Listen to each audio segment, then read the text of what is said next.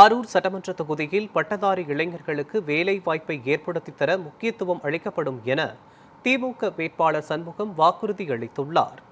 தருமபுரி மாவட்டம் அரூர் சட்டமன்ற தனித் தொகுதியில் திமுக சார்பில் போட்டியிடும் வேட்பாளர் சண்முகம் தீவிர தேர்தல் பிரச்சாரத்தில் ஈடுபட்டு வருகிறார்.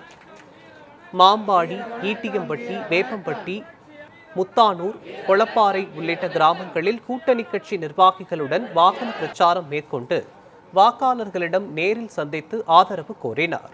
அப்போது தான் வெற்றி பெற்றால் படித்து முடித்து வேலையில்லா பட்டதாரி இளைஞர்களுக்கு வேலைவாய்ப்பு ஏற்படுத்தி தருவேன் என்று உறுதியளித்தார். மேலும் பல்வேறு வகையான நலத்திட்டங்களை செயல்படுத்திய ஸ்டாலின் மீண்டும் வெற்றி பெற்று மக்களுக்கு பல்வேறு திட்டங்களை கொண்டு வருவார் என்றும் நம்பிக்கை தெரிவித்தார். அத்துடன் குடிநீர், சாலை, சாக்கடை, கால்வாய் உள்ளிட்ட அடிப்படை வசதிகளை மேம்படுத்துவேன் என்றும் திட்டவட்டமாக கூறினார். பிரச்சாரத்தின் போது அவருக்கு பெண்கள் ஆரத்தி எடுத்து உற்சாகமாக வரவேற்பளித்தனர். எழுச்சி தமிழகம் திருமாவோட ஆதரவோடு உங்களிடத்தில் வந்து கொண்டிருக்கிறார்.